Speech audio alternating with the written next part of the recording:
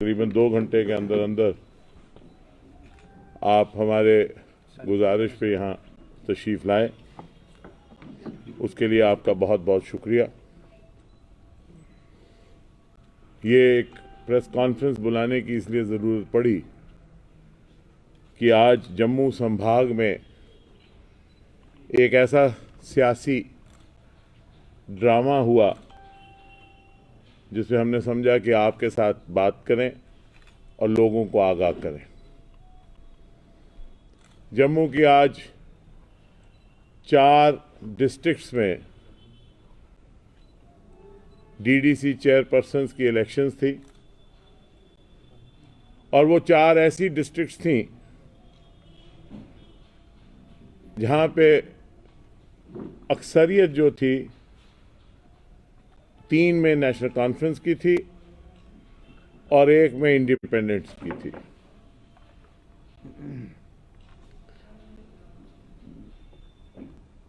आज जब इलेक्शन शुरू हुई तो एक बड़ा अजीब मंजर सा बना। बीजेपी ने डीडीसी इलेक्शन के प्रोसेस को बाइकआउट किया। ये एक बड़ा अजीब सियासी मंजर है जिस पे सबकी गौरसानी होनी चाहिए। 4 डिस्ट्रिक्ट्स में इलेक्शन हुई जिसमें से 1 में उनकी 0 था, 0 पुंछ में। किश्तवाड़, रामबन और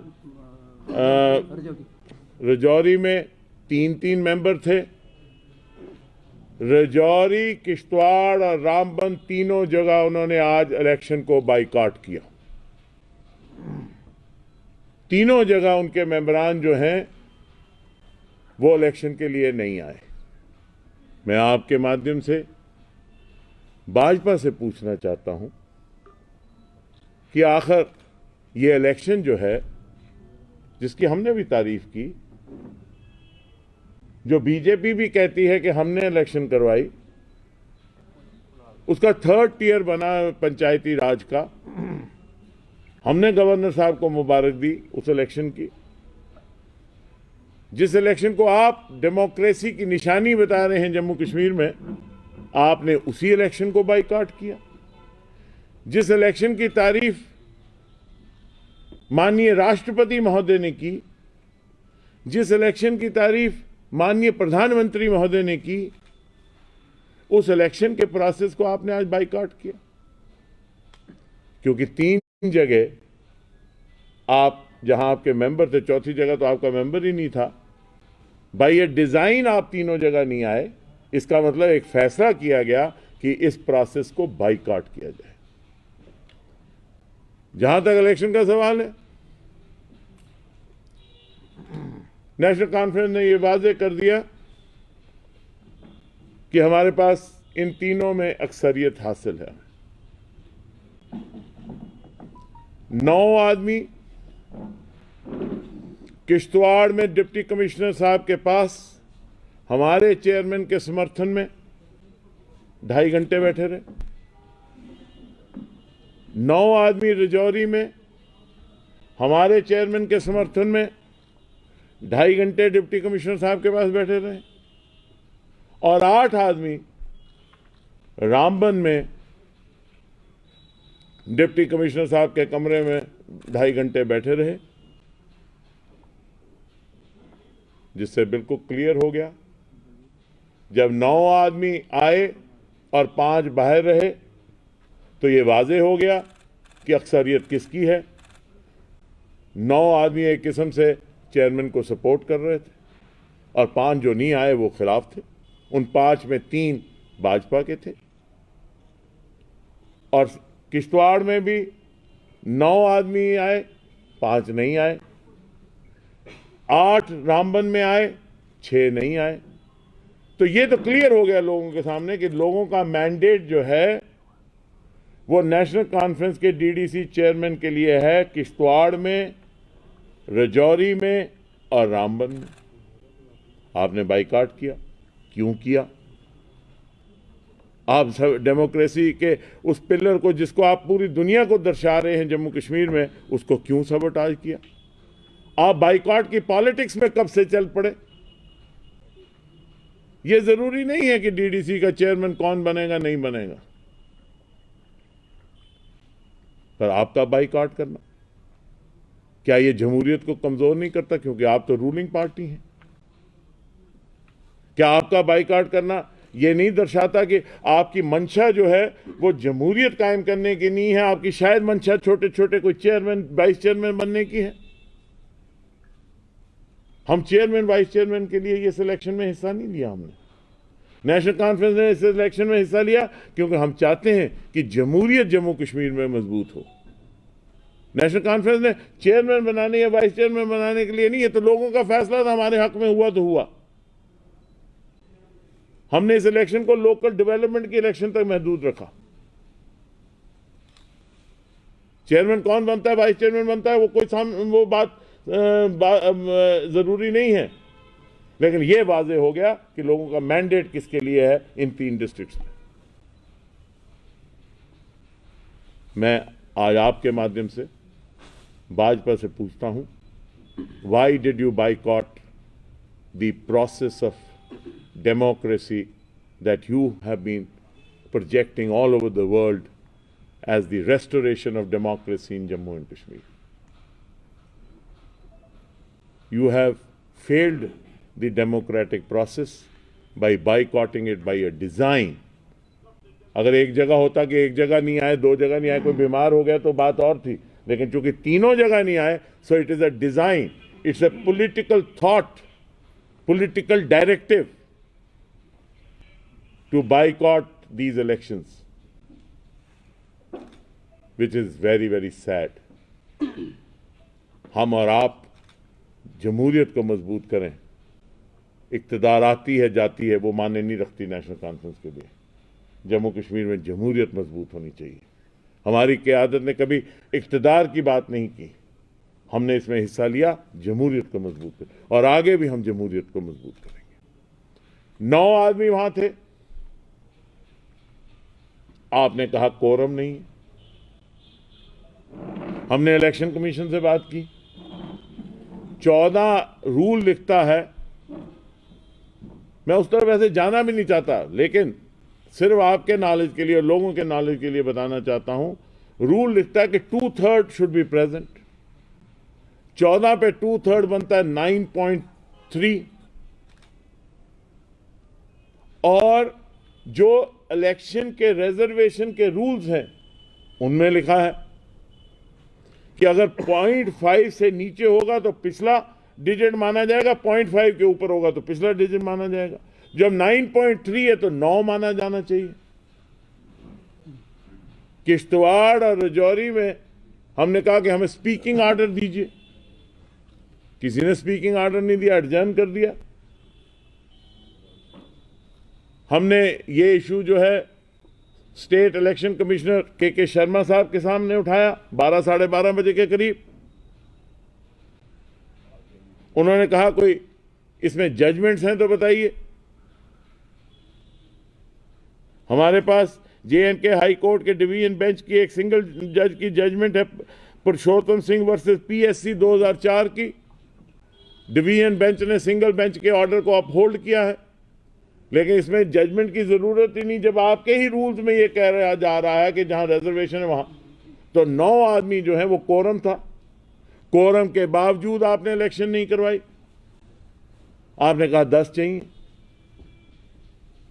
ना किश्तवाड़ में इलेक्शन करवाई, ना आपने राजौरी में इलेक्शन करवाई। चलिए रामबन में तो 8 थे, किश्तवाड़ और राजौरी में इलेक्शन हो सकती थी। क्या मंशा थी एडमिनिस्ट्रेशन की? आगे क्या होगा नहीं होगा, लेकिन आज जमहूरियत को जरूर धक्का पहुंचा। आज इस सारे प्रोसेस को जिसको इन्होंने ही बनाया, जिन्होंने इन्होंने ही उसको चलाने का वादा किया, उसको धक्का पहुंचा। ये सब के लिए नुकसान हुआ। हम वो लोग हैं जो मुखालफत बराए मुखालफत नहीं करते, हमने कभी जातियात की सियासत नहीं की, लेकिन आज हम ये समझते हैं कि जमहूरियत को बहुत बड़ा धक्का लगा और जम्मू संभाग में इतनी बड़ी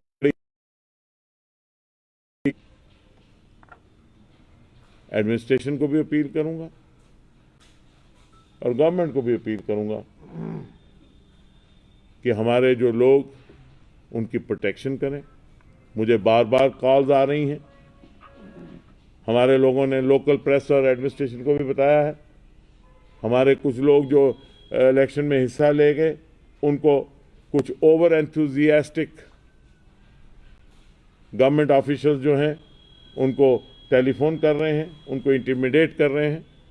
हम इस मामले में एलजी साहब से भी मिले थे और एलजी साहब ने हमें आश्वासन दिया था कि सरकार की तरफ से कोई ऐसी बात नहीं होगी, और उन्होंने हिदायत भी दी।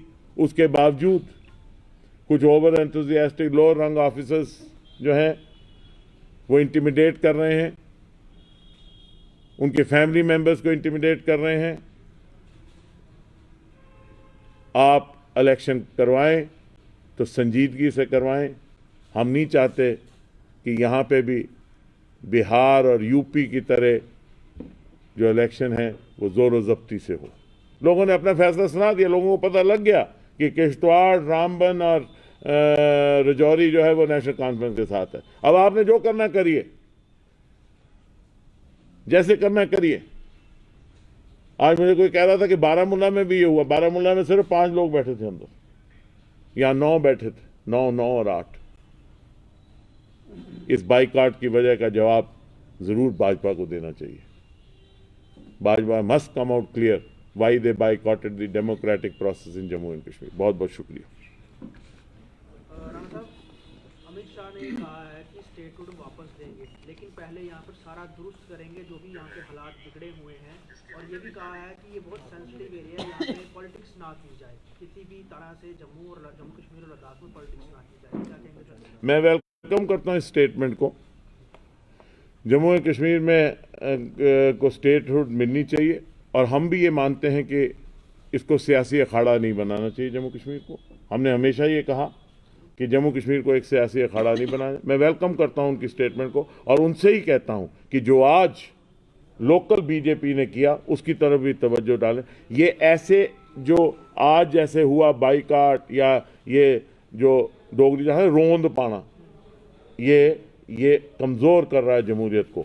जम्मू कश्मीर जो है वो भारत का हिस्सा है, और जितना जम्मू कश्मीर में हम सियासत से ऊपर उठ के सारे इकट्ठे होकर जम्मू कश्मीर को मजबूत करने के लिए अपने मफाद को पीछे रखकर काम करेंगे, उतना जम्मू कश्मीर मजबूत होगा। आज जो यहाँ हुआ ये अमित शाह साहब की स्टेटमेंट के खिलाफ जाता है। हम सबको, मैं खुद कहता हूँ, मैंने बार बार कहा, मैंने जम्मू डिक्लेरेशन की भी बात की, हम सबको अपने अपने मौके से ऊपर उठकर जम्मू कश्मीर में जमहूरियत को मजबूत करना चाहिए, जमहूरी कदरों को मजबूत करना चाहिए, जम्मू कश्मीर को मजबूत करना चाहिए। सर, दूसरा, कल जो शेर कश्मीर पुलिस एकेडमी में जो बैचेस रविंदर रैना ने लगाए, वहाँ पर एक उनके साथ पूर्व एमएलए भी थे, उस पर क्या कहेंगे सर? क्या ये वो जो तस्वीरें बीजेपी ने अपने तमाम डिजिटल हैंडल्स पे भी शेयर की, वहाँ पर वो बैचेस लगा रहे हैं जो अफसर बन के कर निकले हैं, तो आपको क्या लगता है कि पॉलिटिकल नेता, मतलब जिस तरह से उन्होंने लगाया, क्या वो जायज़ था, वो ठीक था? देखिए, जहाँ तक गवर्नमेंट का सवाल है, गवर्नमेंट को should not only be non-aligned, neutral, impartial, it should also be seen as this. जो कल ये बीजेपी का हुआ, इससे भी नुकसान होता है। मैं फिर जो आपने अमित शाह साहब का बयान कहा उसी पे जाऊंगा। जम्मू कश्मीर को अगर उठाना है तो हमें छोटी छोटी सियासत से ऊपर उठना पड़ेगा और सबको एक कायदे से चलना पड़ेगा। जम्मू कश्मीर की एडमिनिस्ट्रेशन जो है उसको एक निष्पक्ष तरीके से चलकर एक साफ सुथरी एडमिनिस्ट्रेशन देनी चाहिए, जिसमें कोई किसी के साथ भेदभाव ना हो, किसी के साथ पक्षपात ना हो। और मैं ये समझता हूं कि जो जम्मू एंड कश्मीर पुलिस है वो हिंदुस्तान की सबसे बेहतरीन पुलिस है। और पिछले 20-22 साल में जो जम्मू कश्मीर पुलिस ने काम किया वो सराहनीय है। हम सब उसको सल्यूट करते हैं। वो पुलिस जो है उसमें हर तबके के, हर मज़हब के लोग हैं, हर ज़ात के लोग हैं, हर पॉलिटिकल बिलीफ के लोग हैं, और हमें उसको पॉलिटिसाइज नहीं करना चाहिए। हमें उसे पॉलिटिक्स से दूर रखकर उसको प्रोफेशनल तरीके से चलाकर उसको प्रोफेशनलाइज तरीके से रखना चाहिए। It is the best professional police in Jammu in the country and it should be maintained as such. Its sanctity should be upheld and its neutrality should never be put to doubt. ये ऐसे action से आप उन पे सवालिया निशान उठाते हैं और इससे क्या होता है, इससे उनकी जो स्टेचर है वो ख़त्म होता है। राणा साहब, आपने जम्मू डिक्लेरेशन की बात की थी लास्ट टाइम हम आपसे रूबरू हुए थे। आपको लगता है जो एक प्रयास आपकी तरफ से आपने आवाज़ उठाई है कि हाँ जम्मू के मुद्दों को लेकर एक जम्मू डिक्लेरेशन बनानी चाहिए, और क्या लगता है कि बाकी पार्टी के जो नेता हैं उनको पार्टियों के अलावा भी अब जम्मू के बारे में एक साथ इकट्ठे होकर जो है सोचना चाहिए? देखिए, जम्मू के डिक्लेरेशन का जो मैंने प्रस्ताव रखा उस प्रस्ताव पे मैं लगातार लोगों के, अलग अलग वर्ग के, जम्मू संभाग के लोगों से और कश्मीर संभाग के लोगों से बातचीत कर रहा हूँ। कल भी मैंने कुछ मीटिंग्स की और लगातार डिस्ट्रिक्ट्स में भी जाके हम मीटिंग्स करेंगे। हमारी ये कोशिश है कि जम्मू कश्मीर का नैरेटिव जो है वो जम्मू से निकले, और वो नैरेटिव, क्योंकि जम्मू एक प्लूरलिस्टिक सोसाइटी है, और हम एक ऐसा नैरेटिव दें उसमें हम लोगों के बुद्धिजीवियों से, इंटेलिजेंशिया जो है, हमारे अलग अलग वर्ग जो हैं उनसे ओपिनियन ले रहे हैं, अक्रॉस पार्टी लाइंस हम ओपिनियंस ले रहे हैं। उन ओपिनियंस को इकट्ठा करके हम एक ऐसा नैरेटिव आपको देंगे जो जम्मू डिक्लेरेशन होगा, जो जम्मू से निकलेगा और पूरे जम्मू कश्मीर को जोड़ने की बात करेगा, जो भारत को मजबूत करने की बात करेगा, intra regional, interfaith, intra religion dialogue को प्रमोट करके एक कोहेसिव सोसाइटी को बनाएगा। जम्मू डिक्लेरेशन एक कॉम्पोजिट डॉक्यूमेंट होगा जिसमें सबकी ओपिनियन ली जाएगी, और किसी एक की ओपिनियन नहीं, सबकी साझी ओपिनियन, विद द ऑब्जेक्टिव कि जम्मू कश्मीर जो है वो मजबूत हो। जम्मू कश्मीर का जो एक बहुरूपी कल्चर और कैरेक्टर है उसको मजबूत रखा जाए, ताकि जम्मू कश्मीर जो ताज है कश्मीर भारत का, वो उतना ही मजबूत ताज है। जैसे आपने अमित शाह जी की बात की, हम सबको सियासत से ऊपर उठकर एक साझा जम्मू कश्मीर बनाना चाहिए जो जम्मू कश्मीर के लोगों के लिए बेहतरी करे और बेहतर। राणा साहब, महबूबा मुफ्ती को आज हाउस अरेस्ट किया गया है। वो अतर मुश्ताक के फैमिली वालों से मिलने के लिए जा रही है और वहाँ पर उनको धरने, क्या कुछ कहेंगे? मैं इसमें कहता हूँ, राणा साहब, मेरा एक सवाल आपसे रहेगा। 5 अगस्त 2019 को जब एक हिस्टोरिक फैसला लिया गया था, भारतीय जनता पार्टी ने विजन डॉक्यूमेंट भी लाया और ये भी कहा कि डेवलपमेंट का एक नया फेज आएगा। क्या लगता है कि अब तक वो डेवलपमेंट? मैं आपसे काउंटर सवाल पूछता हूँ। आप रविंद्र रैना जी से पूछिए कि उन्होंने आज डेमोक्रेसी को बाइकआउट क्यों किया। बाइकआउट की पॉलिटिक्स को हमने नकार के हमने हिस्सा लिया, उन्होंने क्यों बाइकआउट किया? सर, आप डिलिमिटेशन कमेटी को ऐसी जो है बाइकआउट करें जो 18 तारीख को है, तो उसको कुछ कहेंगे? वो फैसला जो है वो लीडरशिप को लेना, उस पर मैं कुछ नहीं कह सकता, ना ही मुझे लीडरशिप ने उस पर कोई बातचीत की है, तो मैं इस पे बारे में कोई कमेंट नहीं कर सकता। Thank you sir.